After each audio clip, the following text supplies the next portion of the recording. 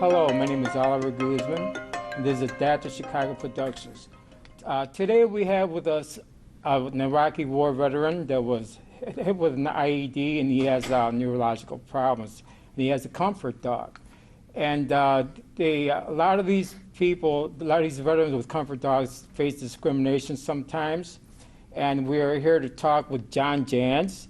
And we also have with us Mike Tellerino, who is a member of PAWS that furnishes veterans with comfort dogs or service dogs. Thank you, and welcome to the program. So, John, exactly what happened with you over in Iraq? Back in 2005 and 2006, we were in the city of Ramadi.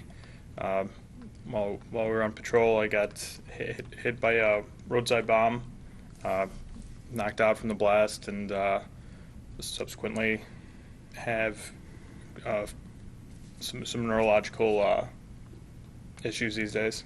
So, on your return home, how was it? How hard was it to get reaccustomed? It was very rough. There's a lot of memory problems. The military and the VA, their go-to is medicine, and you having memory problems. You can't remember to take your meds once a day, let alone 3 or 4 times a day. And there was a point I was on 18 different meds, some of them 4 times a day, and it was just. It's quite a bit. Yes. So, how did you get involved with getting a service dog? After I was discharged from the military, my wife just showed up with her one day. A woman she worked with was putting her down because she was untrainable, and I happened to find a trainer in the area and started taking her to training. And what started out as my wife's dog slowly turned more and more into my dog, and then we had her trained for. All right. So I understand that these dogs have to have vests. Is it required from that vest? And are they registered? Do they have to be registered? There's a registry. However, there's no certification. There's no federal or state licenses that the dogs have. The vests, they don't have to wear them. It just helps identify them. And for someone like myself that looks normal and fine, it really helps. Right. I understand sometimes when you have a service dog, people automatically think that they're obligated, or they want to ask exactly what happened. How do you feel about that? That's usually not a problem with me. She has helped me immensely, and I like to let people know how and why I have her. But when I first got her, or when I first got out rather, if someone would approach me, I had a lot harder of a time explaining why I had her and what she did for me. And how did you run into Mike Tellerino from PAWS? I was at an event at a Harley dealership, yeah. And the woman that invited me out to this event was friends with Michael. Michael was out there doing his PAWS Illinois work, and we just happened to meet. Mike, yeah. How long does it take? Just what kind of services PAWS do? Well, first of all, we have a program. It's called Pets for Vets. And what we do is, if you're a veteran with a service dog, we provide the dog with lifetime food for that dog, as long as they have that dog. We also provide medical services as well, spade, neutering, vaccinations. What happens is, when the veterans receive these service dogs, they're on an allotment to begin with of whatever amount of money it is per month. But when they're given that service dog, again, they're not given any extra money to help take care of that dog. And as we all know, having a pet could be very expensive. Correct, yes. So what Paws Illinois does now is we try to help our vets alleviate that problem so they could, not have that stress to worry about. Is there a certain age limit, age that a person has to be to have a service dog? No, service dog, there's 8-year-old kids with service dogs. Okay, so is there a certain limit to a type of disability a person has?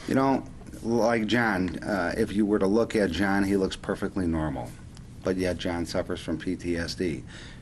Most people are of the opinion that either, you have to be in a wheelchair, handicapped in some way, with a visual handicap. Well, people such as John himself, you can't tell, and he even has a handicap or a PTSD until he has the issue.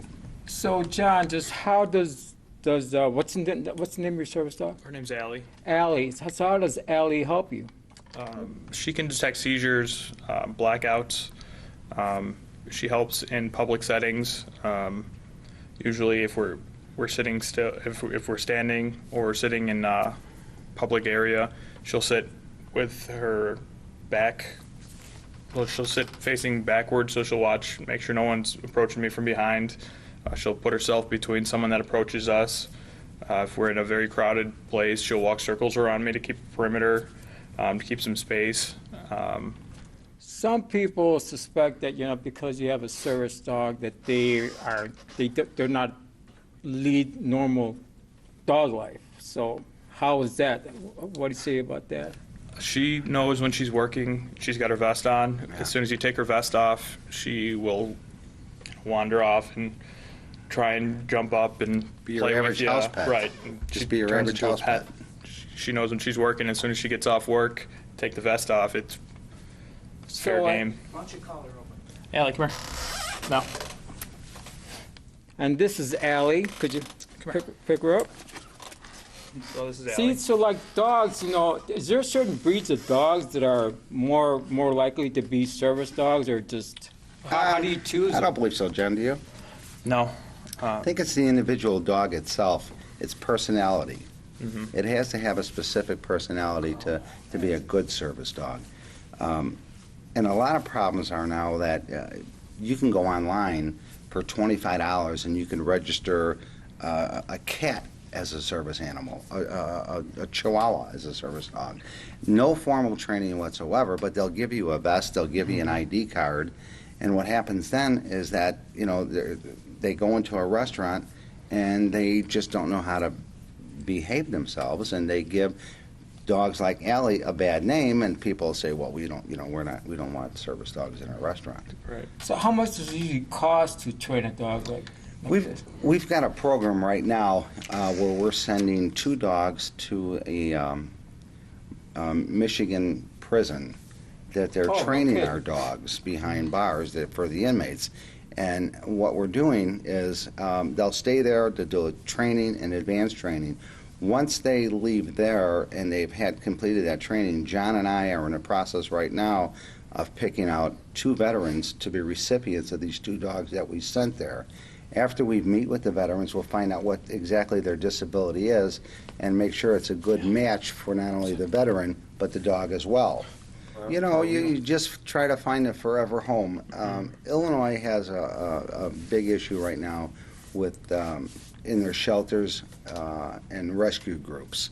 There are just so many out there that we're trying to save, and a lot of them are seniors or dogs with disabilities and stuff like that.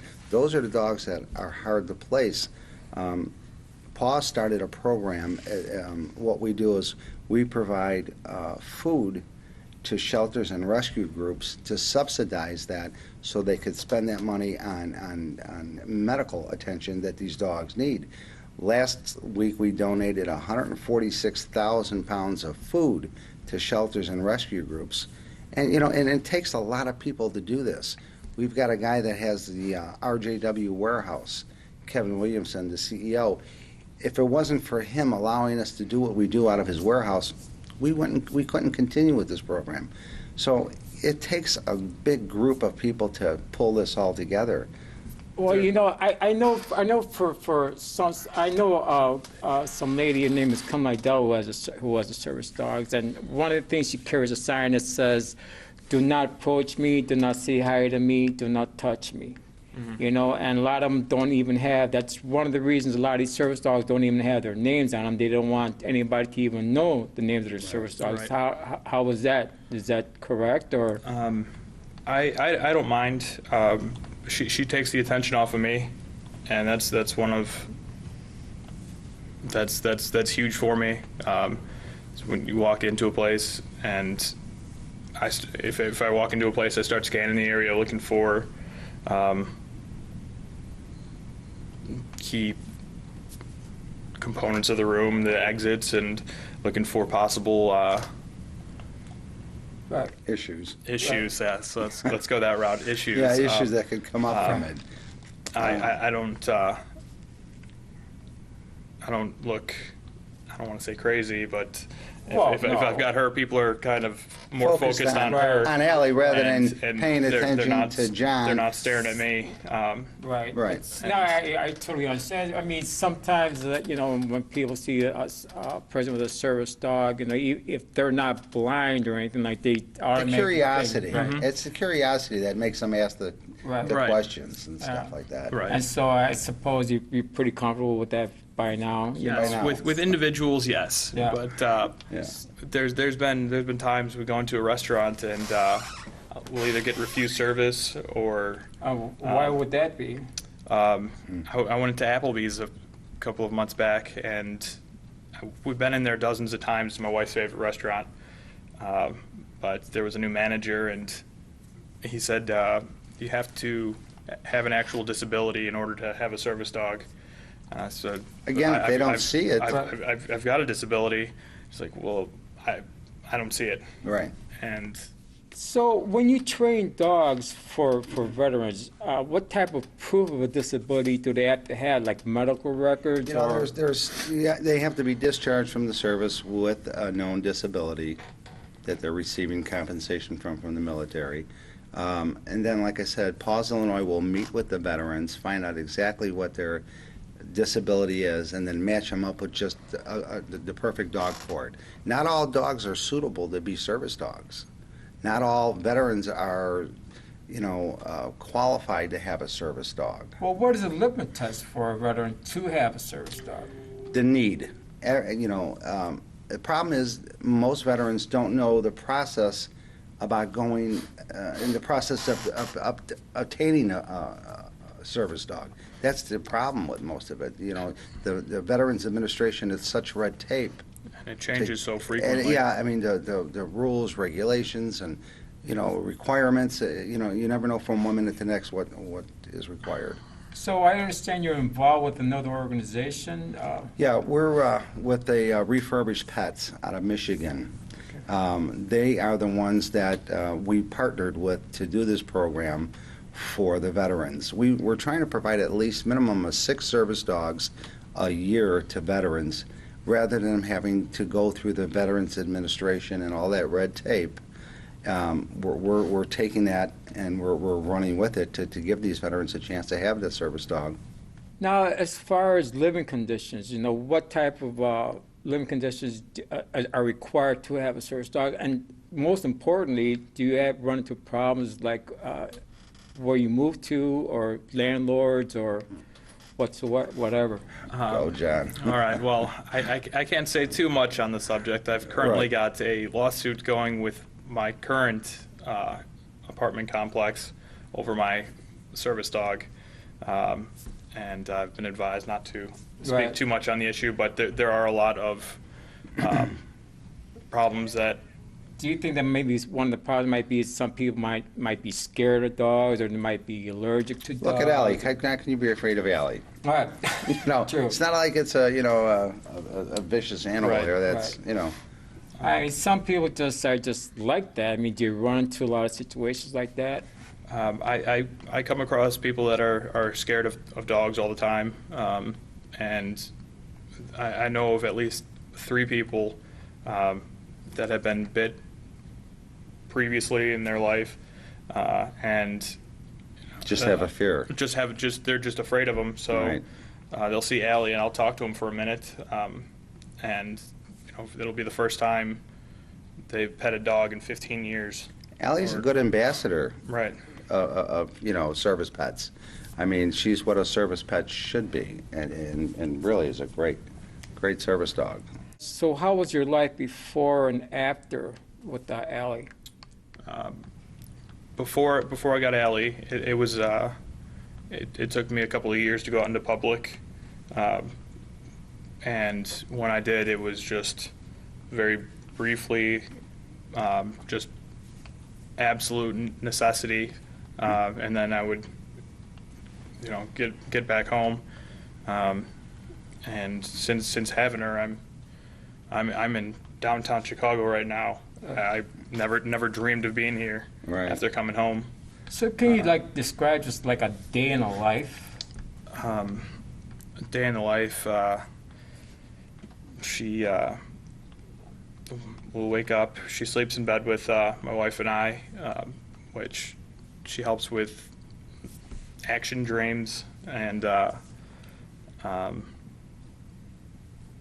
so we'll wake up and she'll just be next to me all day long, no matter what's going on,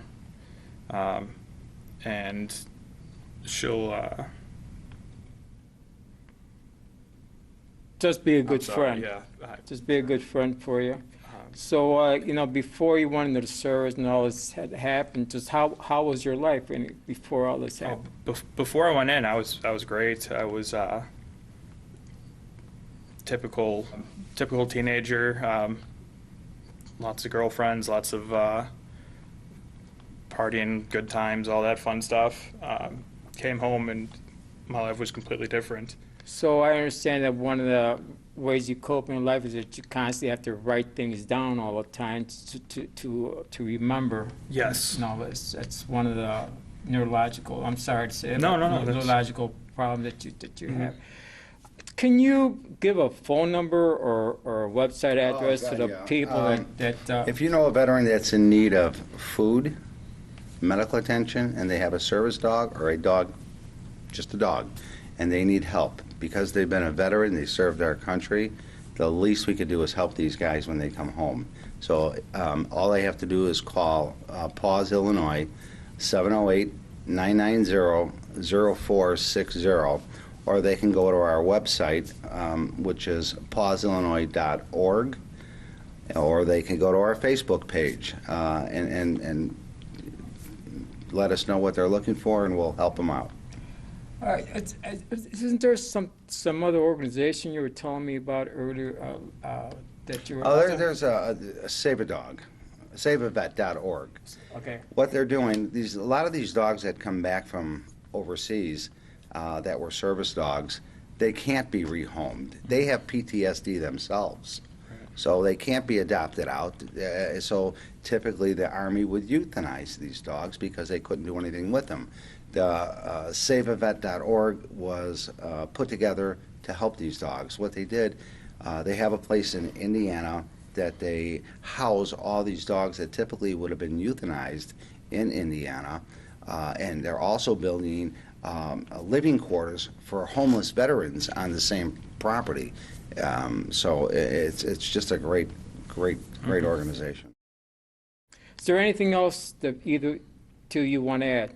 You hear a lot about veteran suicides. The numbers you see are typically 22 veterans a day are committing suicide, but it's closer to 32. The numbers don't take into account individuals that are not registered in the VA system. So if you're a veteran, you're not registered in the VA, you don't count. They're life-changing, these animals. But yet, you feel these dogs have curbed that number? Absolutely. And how do you feel that way? Without my wife and my dog, I'd be dead or in jail. I guarantee that.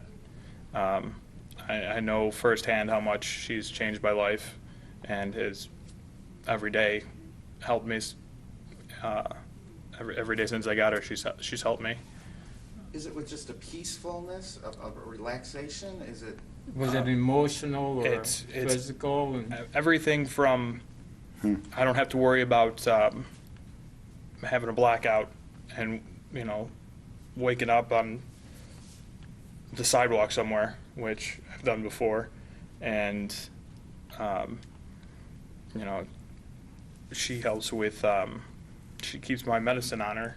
I Not forget to say heard that that. sometimes that they're able to suspect seizures coming on, or they're able Yes, to sir. suspect chemistry. She can, In your- some- your body something, chemistry. and they can alert real fast. Right. They're trained to alert people that Right. something is going on physically. they can smell a chemical change that's taking place in the body as it's happening before the Seizure comes on, yeah. before the seizure or whatever the medical condition is, from diabetes to cancer. They can smell a chemical change and alert the individual. Like myself, I don't have grand mal seizures. I have simple partial seizures, which are you look like you're staring off into the. All right. Go ahead. You look like you're staring off in the distance, or just kind of zoned out, but it's actually a seizure. She alerts me to those before they happen, and I'm able to take a seat, calm down, and I'm good. So what a great comfort feeling that must be. Absolutely. Is there anything else that either two you want to add, to bring forward to? Again, it's public awareness. These vets have to know that there's a place they could go, a place they can turn for help. That's the biggest issue. Our government just doesn't put it out there enough for our veterans. They come back here and they throw their hands up in the air and say, you know, now what? You know, what do I do now? Where do I go from here? There are organizations such as Paws Illinois that will help them, you know, get the things they need for their pets or for themselves. I mean, So you would request that people write their congressman or write? oh, without a doubt, you know, there's so much more we could be doing that we're not. You know, it's amazing when these guys come back. And again, it's just lack of knowledge. John can tell you, I'm sure, you know, when he got back, you know, Absolutely. you don't know what to do first. You know, you got no one leading you in the right direction, and things change so often with the Veterans Administration. It's hard to keep up with it. The procedures now for getting a service dog through the VA. Actually, I don't even know if the VA has a program right now. Last I checked, it was canceled. The only reason I got my dog through the VA was my doctor wrote a prescription, quite literally typed out a piece of paper that said, you know, I need a service dog, and I had to go out on my own and find it, train it, and that, since I was discharged in 2008, has changed to they will provide dogs that are already trained. Then they stop doing that, and But it's at the expense you of the know, veteran. It's So you don't, let me get this straight. So there aren't any grants or any federal help? You can go to private organizations such as Paws Illinois for assistance. That's You surprising. you can get it quicker through a private organization such as Paws than you can go through the VA and get it. The VA has a waiting list when their program was active. The VA had a waiting list of over a year. Wow. And you'd have to go out east typically to get the dog at your own expense. Wow, that's So that's pretty amazing. just putting a big burden on these veterans. I mean, Right. you know, they're on a fixed income, limited income to begin with. Then they have that added expense of another a mouth to feed, medical bills and stuff like that. You know, it's hard. It just is. All right. Well, once again, my name is Oliver Guzman. I want to thank John Jans, Mike Tellerino from Paws for being here on the program. And if you possibly can, try to get on the call to the Veterans Administration, because these veterans who are returning that need comfort dogs really is a necessity for them to live their lives. And you know, it's not just for a pet. It's a major life-saving thing service for these veterans. Thank you very much. My name is Oliver Guzman, the Deb Chicago Productions, and have a great day. Hi, my name is Mike Tellerino. I am with Paws Illinois. We're a not-for-profit. What we're trying to do is start a registry here in Illinois for service dogs. Illinois does not have a registry that can associate a service dog as being certified. So what we'd like to ask people to do is contact Paws Illinois at 708-990-0460, so we could help pass a law here in the state of Illinois that can get this done. It's really needed, and it would help our veterans with their service dogs.